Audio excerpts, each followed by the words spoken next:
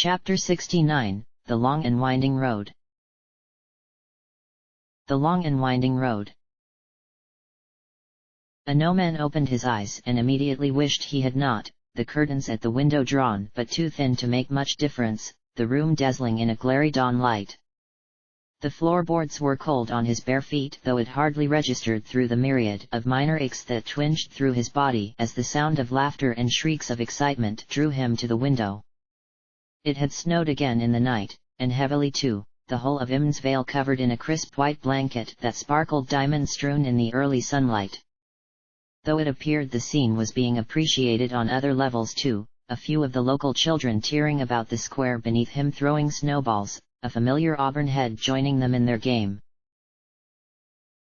A no-man let his forehead drop to rest against the cold glass with a groan, memories of last night suddenly clear through the haze of his mind. He was not ashamed by what he had told her. Well, perhaps one or two things might not have been mentioned just yet. But Frith's reaction had hardly been encouraging all the same, and he felt now that much of it would have been better discussed when he had been sober and less inclined for impassioned outbursts which were sure to only embarrass the girl. Downstairs the common room was devoid of either patrons or servers, the hour still too early for anyone to be in the tavern, though someone was clearly up, a fire already roaring in the grate and the room felt warm and stuffy.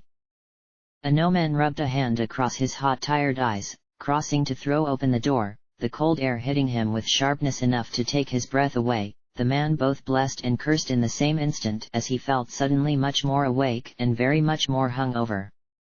He stepped out onto the frozen ground, the courtyard before him now empty though they were not far, the sound of laughter shrill in the air, and suddenly she was before him, Fritha diving around the corner of the inn and almost straight into him, and it struck a no-man how young she looked then, without her sword and armor, her hair still gathered back in its long braid. She was staring up at him, looking quite surprised to see him there, and she had opened her mouth to speak when three children tore around the corner after her, the boy, Delon, pelting her with snow as Cottage and another girl barreled into her, Fritha's laughter filling the air. Pax! Pax! Go on now, go and play without me for a bit! She shooed, sternly overseeing their departure as one who was reluctant to face what was behind her, and when she did turn to him it was a forced air of ease. Morning, a no-man, you're up early. Good morning, Fritha. She was frowning, clearly deciding how to phrase her next, and a no-man suspected she had not thought she would be called upon to make it quite so soon. Yes, look, about last night, a no-man, I think I should apologize. I more than overreacted and I'm sorry. I know I am not dealing with this very well. A no-man blinked. He had not been expecting that, and his tired brain was still trying to formulate a reply as Fritha continued. So, I was thinking last night, about how we were friends and used to laugh and such, and I miss that, a no-man. So I thought, though I know it will be a bit awkward at first, but if we just both agreed to forget all of this, then I don't see any reason why we can't eventually get back to how we were. She was smiling up at him a hopeful warm way, as though she expected him to jump at the chance, and a part of him could have almost been tempted to as well, to just end all the painful awkwardness that had suddenly come between them and go back to a time when she would laugh and tease him and would not balk at his slightest touch. But it would have been a lie, a pale reflection of the passions he felt, and a no-man decided quite suddenly that if he could not have everything, that he would rather have nothing at all. But I do not wish to forget, Fritha. Even if I could, I would not. She sighed, a slight terseness creeping in. So you haven't any plans to give up on this folly? He smiled mildly. Not currently, no. Fritha snorted and shook her head, turning to gaze out across the dazzling white square with a frown. Well, I think you're making a colossal mistake. Jahara agrees with me. You told her? Ha! Jahara knew before I did, perhaps even before you. Do I hear my name being taken in vain? Came a voice behind them, and the pair turned to see Jahara stood in the open doorway of the inn. Ah, morning, Jahara, what's the chant? Asked Fritha, immediately laughing at her own idiocy. The druid smiled wryly as she moved to join them. The chant is that I have been speaking with the woodsman, Farron, and innkeep Vincent, and they say they have heard the roads are all blocked as far south as the Vale of Alightor. Usually I would not worry about such since the way is always easier on foot, but the going would be much slower, and with the harpers hunting us, any time spent in the wilderness is when we are vulnerable, and we need to make good time once we leave the boundaries of Imn's Vale. It will be a warm day. I suspect the roads will be clear enough by high sun for us to make good progress. We need to restock for our journey back to the city too, perhaps see about getting some tents. Now the weather has truly turned, and I spoke to goodwife Awalina, our laundry is still drying, though she has the ovens on in the kitchens now, so it should not be much longer. Fritha nodded once. Good, well, if we speak to Vincent about where to get some tents. Fritha, guess what?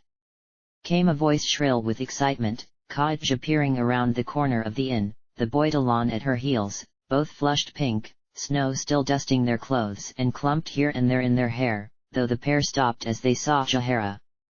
Oh, are you going now, Fritha? The girl shook her head with a smile.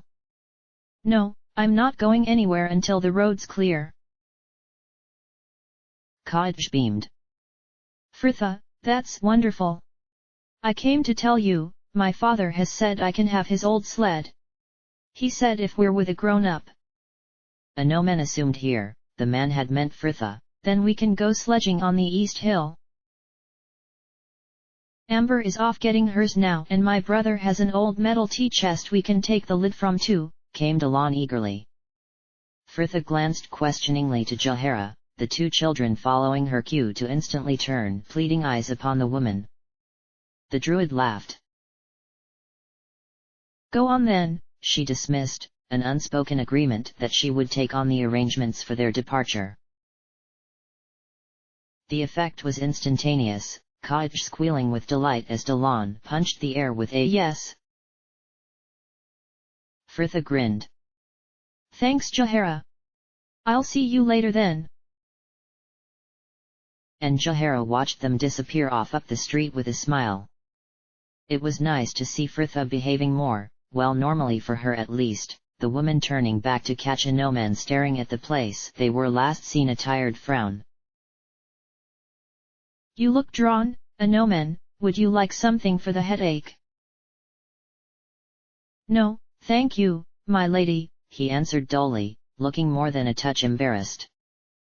Jahara sighed, walking further into the square and gazing up the street to where Fritha and Delon were stood outside Kaj's house, the girl likely off fetching her newly acquired sledge. Jahara turned suddenly back to the man at her side, her decision made. I promised myself I would not meddle in this, so I shall say my piece and have done with it. A no-man, Fritha is a girl and you are a man. The knight flushed. I am aware of the difference, my lady. No, I do not believe you are. You are a man, a no-man, and you desire a relationship of a certain maturity which does not marry with the requirement a girl would have of the pairing. You need a woman, a no-man, and Fritha. She glanced back up the street, Kaj now back with their group and pink with laughter, Fritha balanced on the low wooden frame as she tried to sledge standing up, the sled gliding smoothly down the street a yard or two before catching on something to send her pitching headfirst into the snow. Jahara sighed. To be honest with you, at the moment, Fritha would probably be better off with some sort of pet. Just bear it in mind, a no-man, before you really upset her and lose the friendship she values so highly along with anything else you may have been hoping for.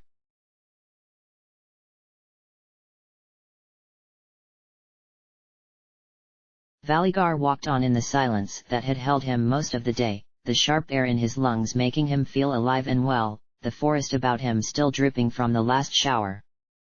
It had been early afternoon by the time they had left Imsvale the previous day, newly purchased tents loaded upon their newly purchased steed, a hoary long-eared mule which Fritha had affectionately named Donkey, the knight muttering some comment about it being a pet for the girl that had made Jahara laugh with a disproportionate mirth. As for the animal itself, it was a restive beast that would walk nowhere without someone at its halter with a watchful eye to encourage it, a duty that the two girls took up with relish. As for that day, they had finally left the road that morning to cut through the forests on a more direct route back to the city. It was late in the afternoon now, the sun that had once been at their backs now dazzling them on those rare occasions it was not obscured by clouds. Valigar drew another deep breath, savoring the damp scent of the forest. He would have enjoyed such a day as this but a year or so ago, when traveling with his old group, taking pleasure in the simple life and the camaraderie that came from the pursuit of shared ideals. And there she was again, behind his eyes, sallow cheeks rosy from the cold, her scarf hiding the smile that sparkled in her eyes, sweet serene Suna. She had been small, even for a half-elf. Her human descendants, exiled from the eastern lands for some long-forgotten transgression, had traveled westwards generations ago to make a new home in Faerun, though their community had been narrow and close-knit and she would still fall back into her native tongue and mannerisms on occasion, usually when frustrated or scolding him. Many had underestimated her in battle, and it was a mistake most made only once. She had been a good fighter and no one he knew had been a better shot with a short bow, not that it had saved her in the end. She had died, along with most of the others in that carnage in the Troll Mountains, and the life he had known had gone with her. Valigar sighed inwardly. He was not one to dwell on the past, but it was hard. Being with that group had been the first time he had felt connected with something since he had left his family over a decade ago, and he really had not realized how he had come to rely upon the feeling until it had been lost to him once more. At least this group were hardly serving as a reminder of those better days, with its strange mix of strange people and its weary air that spoke of troubles too large for any of them. He still felt like an outsider even after so many days, something which more than suited him. Each of them had tried to engage him over course of their journey, but he had never been one for small talk and they soon left him to his thoughts. That was, all but their leader, of course. Fritha had found no reason to speak with him since they had left his cabin, though he could not take it personally even if he had cared, for she had hardly spoken to anyone else either, the brief respite of the village long past now, and he recognized in her the wary, restless manner of the hunted. He glanced behind him, the girl in her usual position at their rear, leading the mule and quietly singing to herself, "Let no man steal you time," that song of stalwart spinsters the world over. She is in fine voice today. Valigar turned back to find Cern had slowed his pace to walk next to him, the shorter man smiling serenely as he continued, "Though I am hardly an authority, I must admit to only having an ear for birdsong until recently. I would have thought one in her position would wish to make as little sound as possible," Valigar observed evenly. Cern shrugged. "I suspect any noise she is making will be masked by our passage. We are not all as the white stork, we do not all have a fondness for silence. It serves me well enough and I have much to think on. In a few days, the vow my family made 500 years ago will finally be fulfilled and then the curse of the Korthala blood can come to an end as well." Valigar nodded imperceptibly to himself, glad for the chance he had been given. "I will be the last of the Korthala house once Lavik is gone, and I can then take measures to ensure this curse will die with me too. It is fitting, I think." "Die with you?" the druid repeated, sounding surprised. "You mean to say you will forego the joys of children? Though I understand your worries, such a course seems a little extreme. This curse, as you would call it, may be of your blood, but your will is still your own. You are not your father's son after all." "Mother's," he corrected with the faintest of smiles, it was my mother who had the power and the name. Oh, my father was a mage too, but he had not my mother's skills. Cern frowned with a predictable confusion. Then how are you Corthala? It is customary in the weddings amongst the noble circles for the house of the greater prominence to be the name that is kept, irrespective of whether it is a son or a daughter of that household who is to be wed. It means the greater families do not die out just because they have run out of sons, a custom especially useful in a country given over to sending their male heirs into the knighthood. Cern chuckled slightly. And such a path did not tempt your younger self, if magic was not to be your way. No, said Valigar shortly, as you said, my will is my own and I will not walk a path another man has set for me.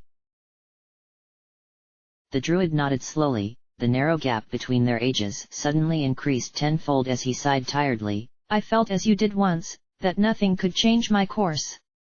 I left my business, even my wife, casting all aside to serve nature.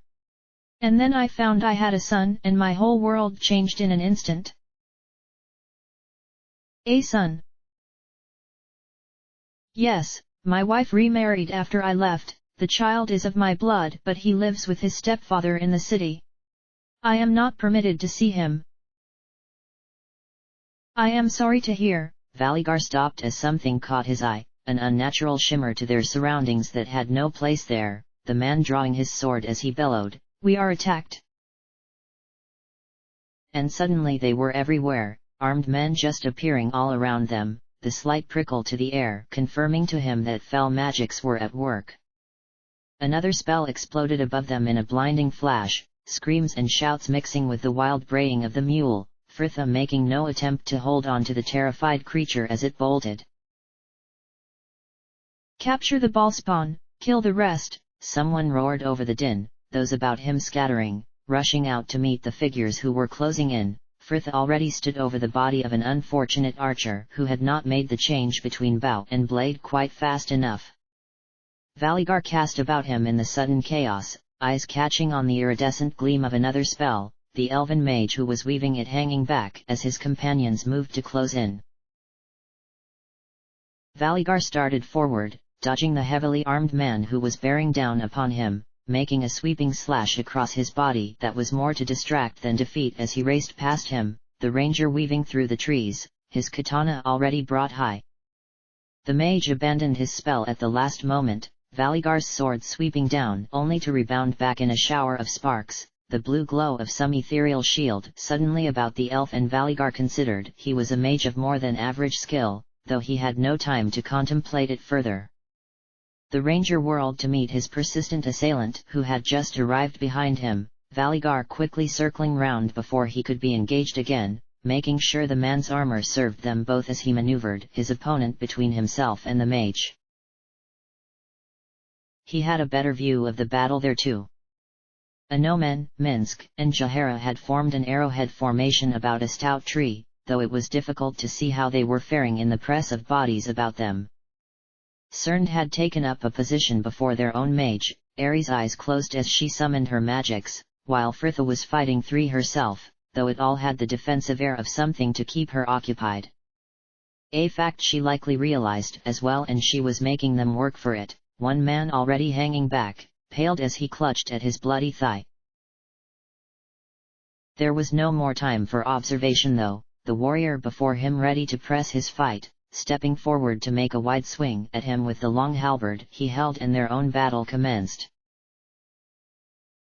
Valigar leapt back as another disemboweling swing put a stop to his attack before he had even come within reach, his opponent keeping him out of range and on his toes as swung and thrust the halberd, Valigar unable to parry the heavier weapon for fear of losing his own. The mage was readying another spell, Valigar's pressing desire to end this fight increasing with each moment, his chance finally before him as his opponent made another lunge at his abdomen, the ranger sweeping his sword up into a hanging guard, pushing the thrust aside to step past the point of his halberd and bring his own blade around in one smooth move to slice deeply into his opponent's unprotected neck. Blood arced through the air as he fell, and Valigar whirled just in time to make another vain sweep at the mage as the spell released, a shimmering ball of yellow light that streaked across the battle to hit Fritha squarely in the back. The effect was instant, Fritha dropping her blade mid-swing as she suddenly collapsed. Minsk bellowed like a wounded beast, the man breaking formation to throw himself into the battle before him with seemingly little care as to his own safety, and the warrior was not alone in his anger. "You!" Ari shrieked, a flash of white light exploding from her hands to streak across the chaos, ripping through the mage's defenses to knock him from his feet, the elf recovering in time to see Valigar's blade sweeping down at him, and he was dead. It had done nothing to cool the Rashami's rage though, Minsk still in the thick of the battle, swinging his great sword with a fury that would have made anyone else clumsy, their enemies able to do little to block the sheer power of his attacks. "Will you watch your bloody backswing?" Jaehaera screeched as another furious sweep of his great sword partially decapitated the man before him and nearly took the top of her staff with it as she and the knight fought to protect Minsk's back, though their opponents were certainly decreased in number. Srnd and Ari had turned their attentions to the battle too, another spell splitting the air as Valigar raced to join the fray, easily cutting down a man who had just turned to make his retreat and halting the flight of another as he engaged him. They traded few blows though, the man already tired from his previous fight, and it was not long before Valigar had an opening, the man falling just moments before Minsk finished his own opponent, instantly whirling round, and suddenly Valigar was face to face with the berserker, his arms covered in the wounds he had not bothered to dodge, blood pouring down his face from a neat slash across his forehead, the man panting like some wild animal before he slowly lowered his sword and turned away, walking a few paces from them as he fought to calm down. "Fritha!" cried Jaehaera, the woman instantly rushing over to where the girl was laid, a no-man already knelt at her head. "It is fine, my lady, she is unharmed." "I saw the spell he cast," came Ari reassuringly, the elf moving to place a hand on the now kneeling woman's shoulder. "She is just sleeping, it should wear off soon." The group seemed to share a look. "Should we take her sword?" asked Srnd, eyeing the blade that was still lain in the leaf litter where it had fallen, but inches from her hand. "She will definitely feel as though she has been captured then," came a no-man quietly, though he moved it another foot from her hand all the same. There was a pause, the group slowly dispersing about them, Ari moving to tend Minsk's many wounds as Srnd made a search of the bodies, Valigar moving off to retrieve their bolted mule, the creature easy enough to track, its path littered with fallen equipment. Jaehaera and a no-man remained knelt by Fritha, the girl laid out before them, her breathing so shallow she could have been dead, and Jaehaera found herself looking anywhere but at her. "Were they Harper's?" asked Ari quietly as she bandaged Minsk's arm. Jaehaera shook her head. "No, I do not believe so. Well, not any I recognized, if they are." "The bounty has increased," said Srnd, straightening from where he had been searching a body, a square of parchment crumpled in his hand. 1,000 gold for each of you now." Jaehaera just sighed deeply and scrubbed a hand over her face, whipping her attention back to the body beneath her as a deep, shuddering gasp was drawn, and Fritha was suddenly awake and already struggling to escape them, a no-man and Jaehaera holding her still as they both tried to soothe her. "Fritha, it's all right, you are safe." "Fritha, please, you will hurt yourself." She stopped her thrashing just as suddenly as she had begun, the girl slumping back, letting her head drop back to the forest floor and covering her face with her sleeve as she began to cry.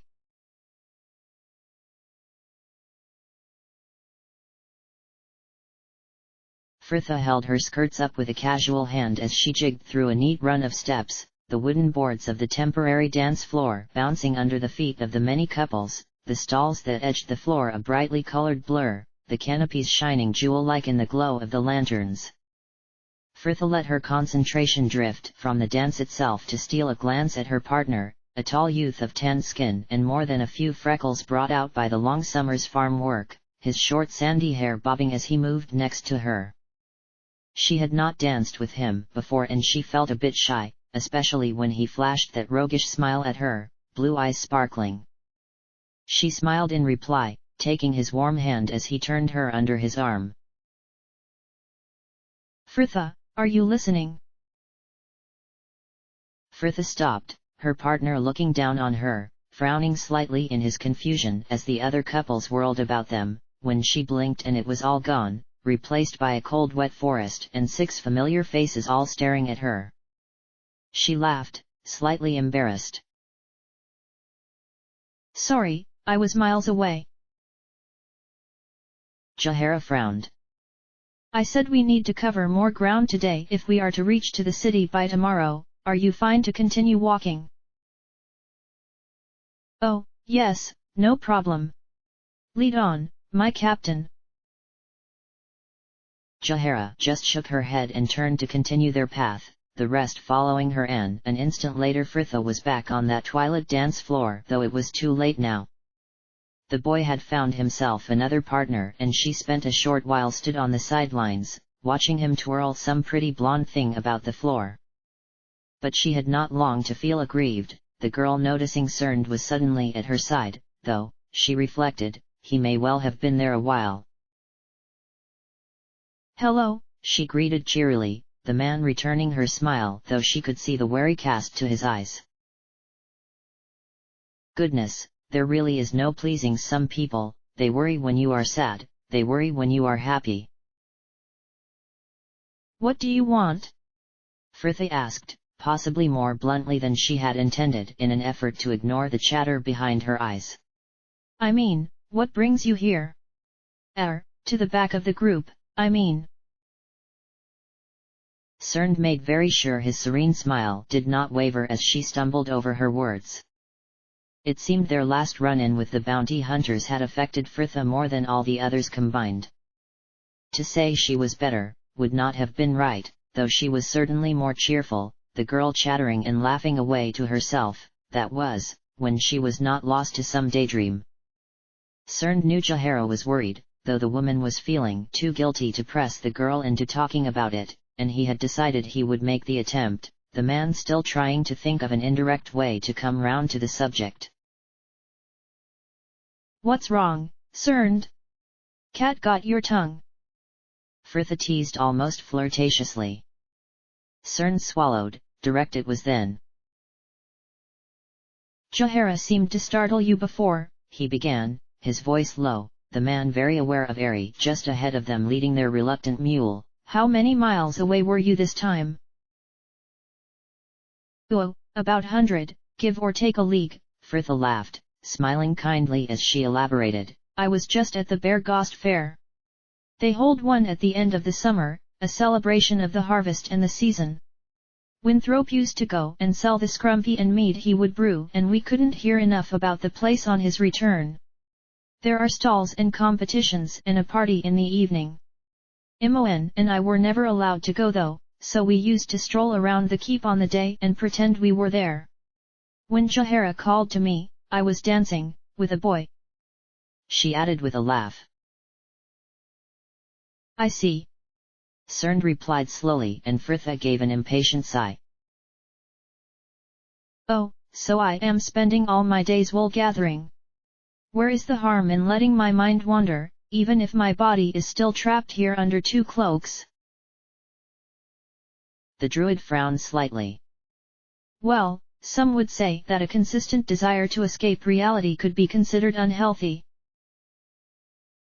Well, then they can spend 4 days tramping through this freezing bloody forest.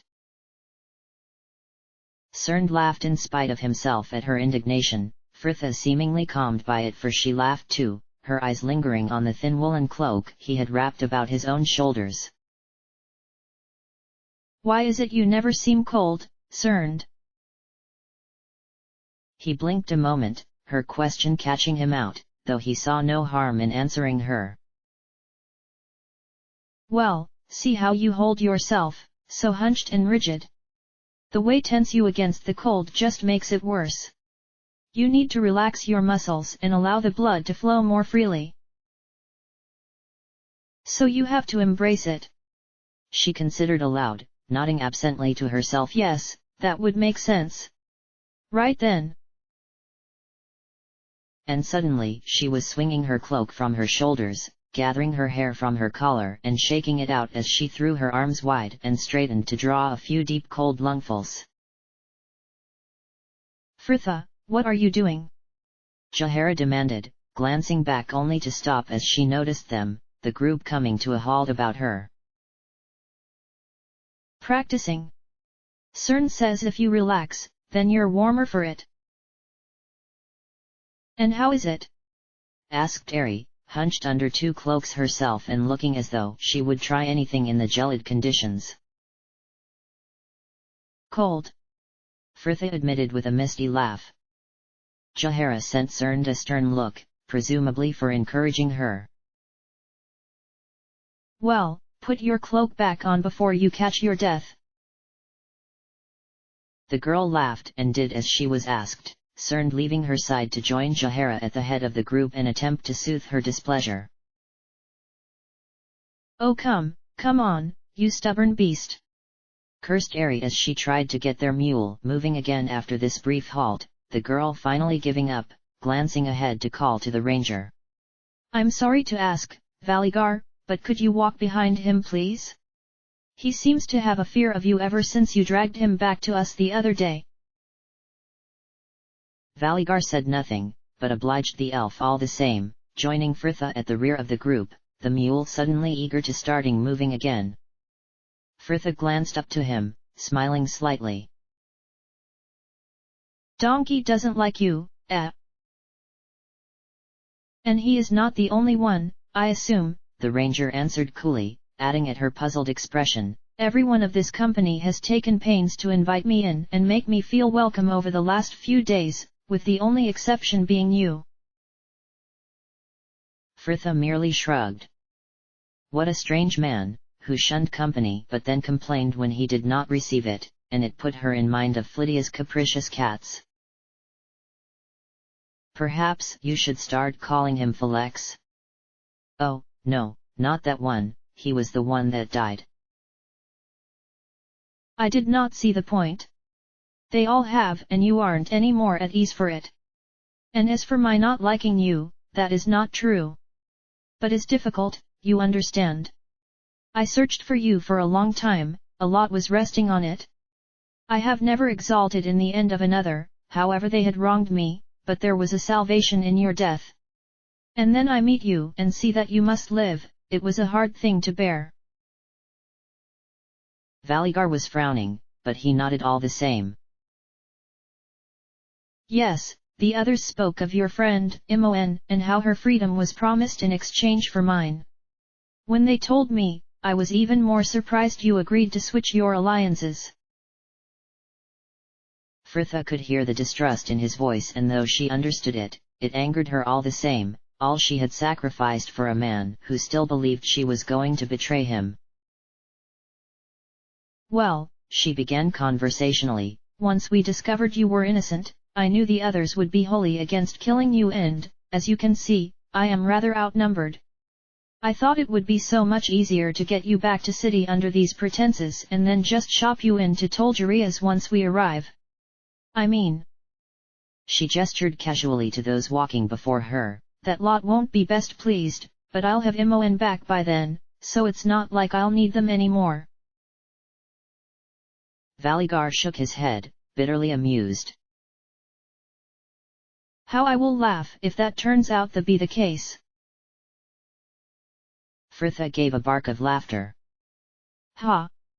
Perhaps it is I who will be laughing, for all we know, you could be the one lying to us, all this talk of being used by the wizards and avenging your family, just some sob story to get us to change sides. You could be as bad as the cowled wizards, worse even. Getting Lavak back to the Prime to kill him and steal the sphere for yourself, that you may wreak havoc on the plains for 1,000 years. I want nothing of that sphere. Valigar snapped. Yes, agreed Fritha pointedly, and we have your word for that, just as you have ours that we will help you. And so our alliance boils down to the old adage, the enemy of my enemy. She glanced to him, smiling tightly. I hope you sleep more soundly knowing that, even after all the uncertainty between us, my dislike of Tolgerias can be counted on. I do, he answered, just as insincerely. Liar. Is something funny? Valigar asked as she snorted into her hand. No, nothing, she sighed, feel both happy and sad. I suppose we shall just have to follow the sages this time. It is as they say, trust is for the brave. She sent him a broad grin. And the dead.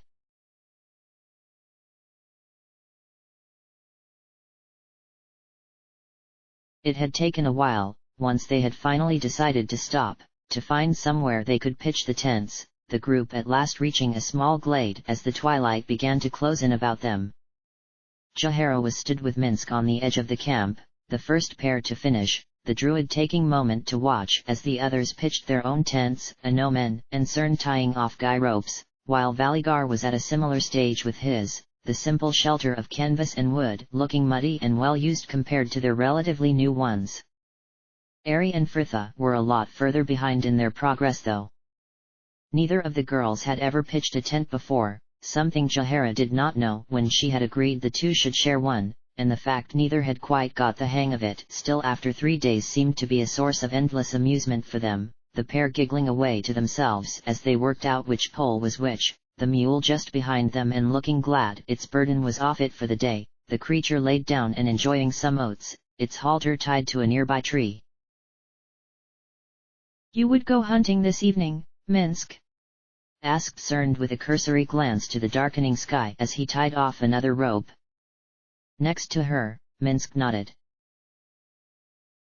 Yes, Boo believes we should try, at least. You would accompany us, good Cern? If I may. And what of our other woodsmen, will you join us, Valigar? The taciturn ranger glanced up from where he was hammering in tent pegs with a frown. I will come hunting though I feel we will have a better chance of bringing something back if we split up, he said shortly, instantly returning his attention to his tent.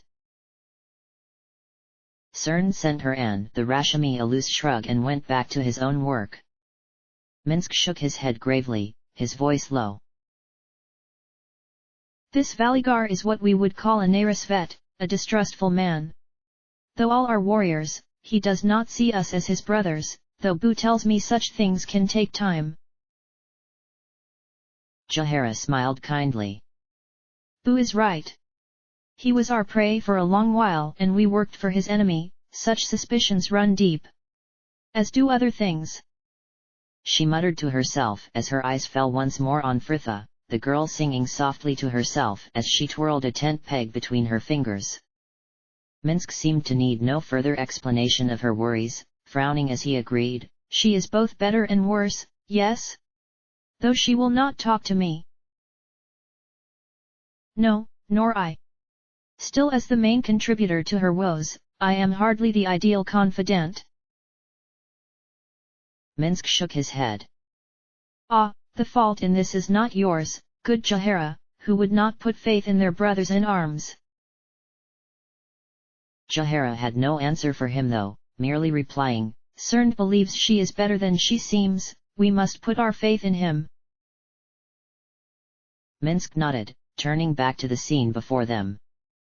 Cern and Anomen had just about finished their tent, the druid putting in the last of the pegs, Anomen dusting off his hands as he crossed the small clearing to ask if the girls needed any help, Ari gladly relinquishing to him the guy rope she was holding. Fritha had hardly acknowledged his arrival, though she did move deliberately to begin work on the other side of the tent, the girl crouched as she finally began to hammer the pegs into the hard ground. Ah, Fritha, for one usually so subtle you can certainly make your point when you wish it, sighed Jahara, watching Anomen watch the girl with a frown, the druid glancing to the man at her side to add absently, she would have likely confided in him before, now she can barely look at the man. They have argued again. Jahara snorted with weary amusement. Well, they have certainly had a disagreement of sorts, namely on the bounds of their friendship and the knight's hopes it could become something more. She expected the ranger to be no less than astounded, but Minsk merely frowned, dark eyes taking in the pair with a gravely critical look. A Noman and young Fritha? Well, he likes to fight evil, which is good. But he also likes to fight Fritha, which is not good. Bu does not approve the match. Jahara almost laughed. Does not approve? Well, I hardly think a Noman intends to ask for our permission, Minsk. And why should he not? Young Fritha is our leader, yes, but she is our friend too and we must protect her, Dinah Hare would have done no less. Jahara shrugged. He was likely right and she wondered whether she hadn't been neglecting her duty to the girl. And what does Bu think we should do then? A pause whilst the hamster was consulted and I will speak with him now, Minsk announced decisively, and before Jahara could even advise discretion, he was marching across the camp to where the knight was crouched, towering above him and looking formidable. A Noman, it has come to our notice that you no longer see Fritha as the glorious warrior who leads us to our victories, but as someone to keep your hearth and raise your young.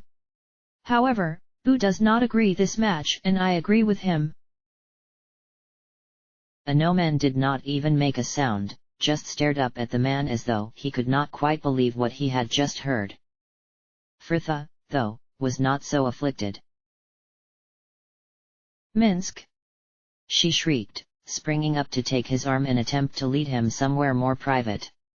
This is neither the time nor the place, if such could ever exist. No, young Fritha, the words must be said. Not here, not now, please Minsk, I've no intention of raising hearths or keeping young, or anything else you can accuse me of. The ranger would not be shifted, though he did finally pull his stern gaze from the man at his feet, gently patting the hand that was still clasped vainly at his forearm, Fritha instantly releasing him, the girl a mottled scarlet under their assembled stares. The thoughts of Bu have been made clear, no more will be spoken for now. Come, Cerned, we go. And with that Minsk turned on his heel and was gone, marching off through the trees, Cerned given only time enough to tie of the guy rope he was holding and take up his staff, the druid having to jog slightly to catch up. Jahara slowly surveyed the casualties they had left, Fritha and a Noman both red-faced, airy staring between the two as though she had never seen them before. In fact, Valigar was the only one among them who seemed unaffected as he rooted nonchalantly through his pack, though whether he was too polite to make a fuss or he merely found it all beneath his interest, Jahara could not tell. The druid sighed. I should go and fetch some water. Fritha had the cooking pot in her hand and was striding from the clearing before Jahara had even drawn the breath to invite her. I'll help. But by the time Jahara had untied the flasks from Minsk's pack and made to follow her, Fritha had already reached the river, crouched on a stone at the edge of the rushing waters as she let the pot fill, the girl straightening to heave it onto the bank next to her and finally noticing her to demand, Did you know Minsk was going to do that? Jahara nodded, trying very hard not to smile. Yes, though in my defense it was only an instant before the rest of you learned of it. Fortunately, Fritha seemed inclined to see the funny side as well, a reluctant smile twisting her face as she took one of the empty flasks from her. Bloody hells, Jahara, you could have at least tried to stop him. Had I been given any opportunity, be assured, I would have, but it was amusing, was it not? She added, the laughter she had been suppressing for so long finally getting the better of her. I don't think I will forget the boy's expression for as long as I live. Fritha was laughing behind her hand even as she shot her a reproachful look. Oh, don't. Poor Noman, all this is bad enough without you lot tormenting him. Jahara watched her set the now filled flask at her feet, the girl's smile lingering with her own. You like him, don't you? Firtha snorted, stooping to fill the other flask. Don't be silly, I'm Ballspawn with 1,000 gold pieces on her head. That did not answer my question. The girl sighed, her gaze focused on her wet hands, pink from the cold as she screwed the flask cap closed. I do not like him that way, no, and, more importantly, I have no intention of allowing myself to either. She glanced up to her, eyes grave behind the smile. That path just leads to a lot of misery for us both. Some people would say you are neither of you particularly happy now, offered Jahara with a deliberate nonchalance. Well, some people can just keep their noses out of it, can't they? Here, help me up. Jahara obliged her, extending a hand and helping the girl back onto the bank, and after a moment, they set off, moving quickly through the rapidly darkening forest. They had swapped their loads at Firtha's insistence, Jahara now carrying the lighter cooking pot while Firtha had slung the 2 flasks each at the end of a long stick she had found, the girl balancing it over one shoulder at the pivot and holding it steady as they walked, her wearlight hovering just above it and bathing her in an eerie pale light. They had almost reached the camp when they caught a glimpse of a familiar dark blue cloak in the trees ahead of them. It was a Nomen, the man walking eastwards out into the forest, prayer book in hand. Something about Firtha's face seemed to darken, the girl suddenly looking serious and slightly sad as she turned to her. Are you okay to go on alone? I really should apologize for what happened earlier. Jahara smiled and raised an eyebrow and Firtha flushed, some of her previous levity creeping back in as she snapped, "Oh, shut up!" And without waiting for an answer, she had left her side, the flasks she bore swing wildly with her quickened pace as she made to catch him. A Nomen! Jahara sighed and carried on her way. A Nomen! Called a familiar voice behind him, and a Nomen turned to see Firtha weaving through the trees after him, their water balanced over her shoulder like a milkmaid. She seemed nervous and he realized it was the first time she had been properly alone with him since that night in Imn's Vale, her words coming out in a jumble as she made to explain herself. A Nomen, I'm sorry about before, in front of everyone like that, and I'm sure Minsk didn't mean it the way it came across. But I'll speak with him and... It is quite all right, Firtha, he cut in kindly, a part of him glad she was so flustered, though could not understand why. He felt as though it was good sign his presence at least had some effect on her.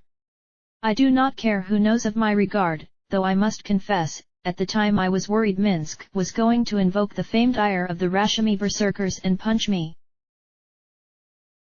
Firtha laughed in spite of herself. The twilight had drained the color from the world, her pale moon of a face gleaming white in the gloom, dark eyes now black and reflecting in the glow of her wearlight, sparkling with 1,000 points of white. He smiled, moving a hand to hover at her cheek, so close he could feel its warmth.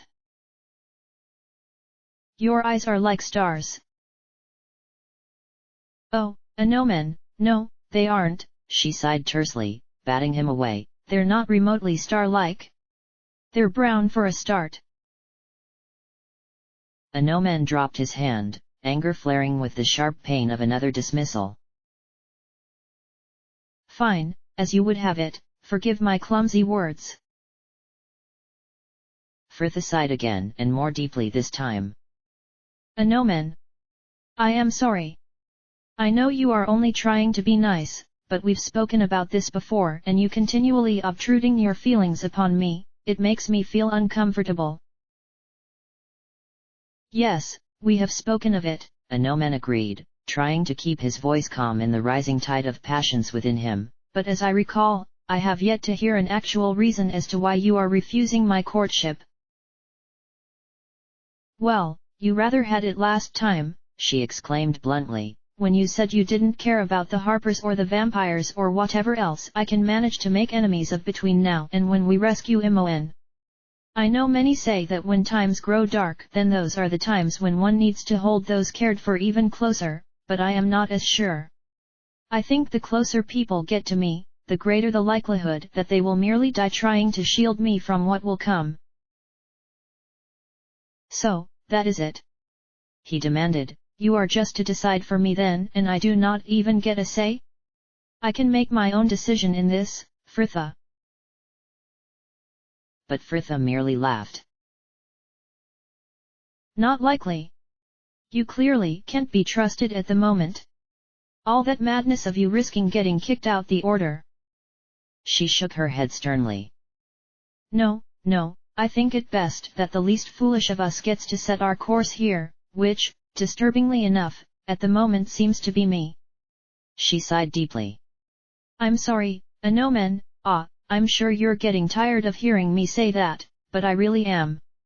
I thank you for your regard, it was dearly borne, truly, it was. But I can neither return nor accept it and I would ask that it cease.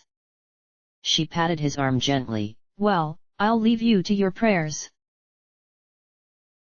This is not over, Fritha, he called after her defiantly.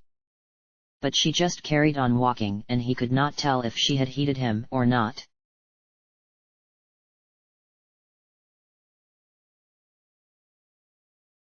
Ari pulled her cloak about her more tightly and shifted closer to the fire, glad she had volunteered for the first watch. The night would only get colder. Minsk concerned, and then Valigar had arrived back just as the darkness was drawing in, neither with anything to show for their hunt, and dinner had been a thin stew of dried meat and pulses eaten in an uncomfortable silence. More awkward though had been that period when all others had quit the camp, she and Anomen left to finish putting up her tent in silence, before Man had offered her a remarkably mild smile and asked if she would be all right if he went a little way from the clearing to make his prayers. That she had never guessed that the night's feelings ran so deep proved to Ari how caught up she had been in her own affairs, for it all seemed so obvious to the elf now, the way he had been willing to risk so much for the girl, his concerns never far from her well-being. What would have her dear Herr Dallas have said had he known? A rustle in the trees behind her, Ari turning sharply at the sound though her panic was brief. It was just Fritha returning from her walk of perimeter, the girl sending her a smile as she took a seat on the ground next to her. How was your walk? The elf asked softly. Fritha shrugged. All quiet. What about here? Valigar has finally retired, I see. If he was still sat there when I came back, I was going to tell him he could just take my watch for me and I'd go to bed. Fritha, Ari scolded with a quiet laugh, nodding in the direction of his tent to indicate he may well still be awake now, the elf dropping her voice even lower as she continued. I think his reluctance stemmed from the nefarious witch being on watch. Let's not leave the vile ballspawn out of the equation. They shared a moment of whispery laughter, quiet and conspiratorial, Ari feeling a little better about the ranger's prejudice as she sighed. He doesn't like me. Fritha looked wholly unconcerned. Yes, well, I don't think he likes me much either. Who is he that we need his approval? We'll be back in the city tomorrow and we can summon this sphere, kill this mage and hopefully find a shed load of treasure into the bargain. Ari laughed again, wondering if this air of levity could be the moment she had been waiting on. Truth be told, Ari had been dying to ask the girl about Anomen since Minsk had rather forcibly announced it over the camp, though this was the first time they had been in any position for the elf to pursue her curiosity. So, she began, feeling Fritha would likely appreciate her refusal to disguise her prying. Anomen has feelings for you. Yes, I know, mad, isn't it? Fritha laughed merrily. I must admit it quite threw me at first, but I suppose I am slowly coming to terms with it. Ari frowned at her choice of words but asked only, when did he tell you? that day it snowed, the one before we found Valigar. Fritha shook her head, looking for a moment regretful. Poor man, I am afraid I did not receive the news very well. Ari sighed inwardly, the girl merely confirming her suspicions. Poor Anomen indeed. How hard to love one who did not return your regard, and Ari felt particularly sorry for the man since she had come to realize the depth of feelings, slowly burgeoning all that time. And perhaps it was something Fritha needed to realize as well. I understand it may seem like this is hardly the time to try and begin such relations, and perhaps you feel that with your heritage, that you and he would be ill-suited, but he truly does care for you, Fritha. I don't know if I should tell you this, but Anomen was even willing to ally with the vamp. He's already told me, Ari, Fritha interrupted with a dull sigh. In fact, that little chestnut merely helped me to my decision. But, why? Cried Ari, genuinely bewildered. Such devotion. I don't want that sort of devotion, Fritha cut in, waving it away with a hand and a frown. People ruining their lives for me. Gods, it's bad enough they insist on dying. No. She sighed, leaning forward to add some more wood to the fire. I'm just going to keep my head down until this whole thing blows over. Don't look at me like that, it's all for the best. I doubt Anomen would agree with you, Ari murmured solemnly. No, but I have had lengthy discussion with myself about it and have come to the conclusion that I agree with me, which means at least half of us do. Ari frowned, not sure whether she found Fritha's blithe admissions of her recent odd behavior more or less disturbing, a worry which had been pressing on her for some time now finally finding its voice. Fritha, the way you talk to yourself, the voice that answers, you don't think that it could be Baldur? Fritha laughed so much she had to hide her face in her cloak for fear of waking the others. Ah, sorry, Ari, she sighed at last. I just found that really funny for some reason. And no, I don't think it's Bal, not unless he has a greater than we had ever anticipated interest in how dirty my nails are, or what we're having for dinner. No, the voice is just me, it's just the person you ask when you cannot voice the question. I wouldn't know, Ari countered gravely. I ask my God. Really? And does he answer in a witty yet warm manner? Fritha retorted, sighing as she hastened to add, sorry, that sounded really derisive. Ari shook her head. No, I was being judgmental. We must all do what is best for ourselves, I just have worries, and I know the others share them, that you are not yourself at the moment. Fritha laughed tiredly. But that is the real joke, isn't it? Because I am myself at the moment. Think of it this way, is my behavior so unusual? Were we not here, were everything all right, then you would all be saying, oh, Fritha's gone all giddy, how nice. But Fritha, everything is not all right. Well, no, the girl admitted, still in that frustratingly calm air. But it's all relative, Ari. Yesterday was a bit of an epiphany for me, it was like I woke up and I was suddenly looking at the world with new eyes, well, after all the tears and snot and everything. In those few moments as I came round and I thought I had been captured, that I would open my eyes on plain wooden lid of the box that would hold me for the rest of my life, and then to see sky, it gave me a new appreciation of things. I will not lie to myself, Ari, our situation is far from good, but I am alive and I am free, and in those moments when I am not being attacked, well, I suppose it's started to make me kind of happy.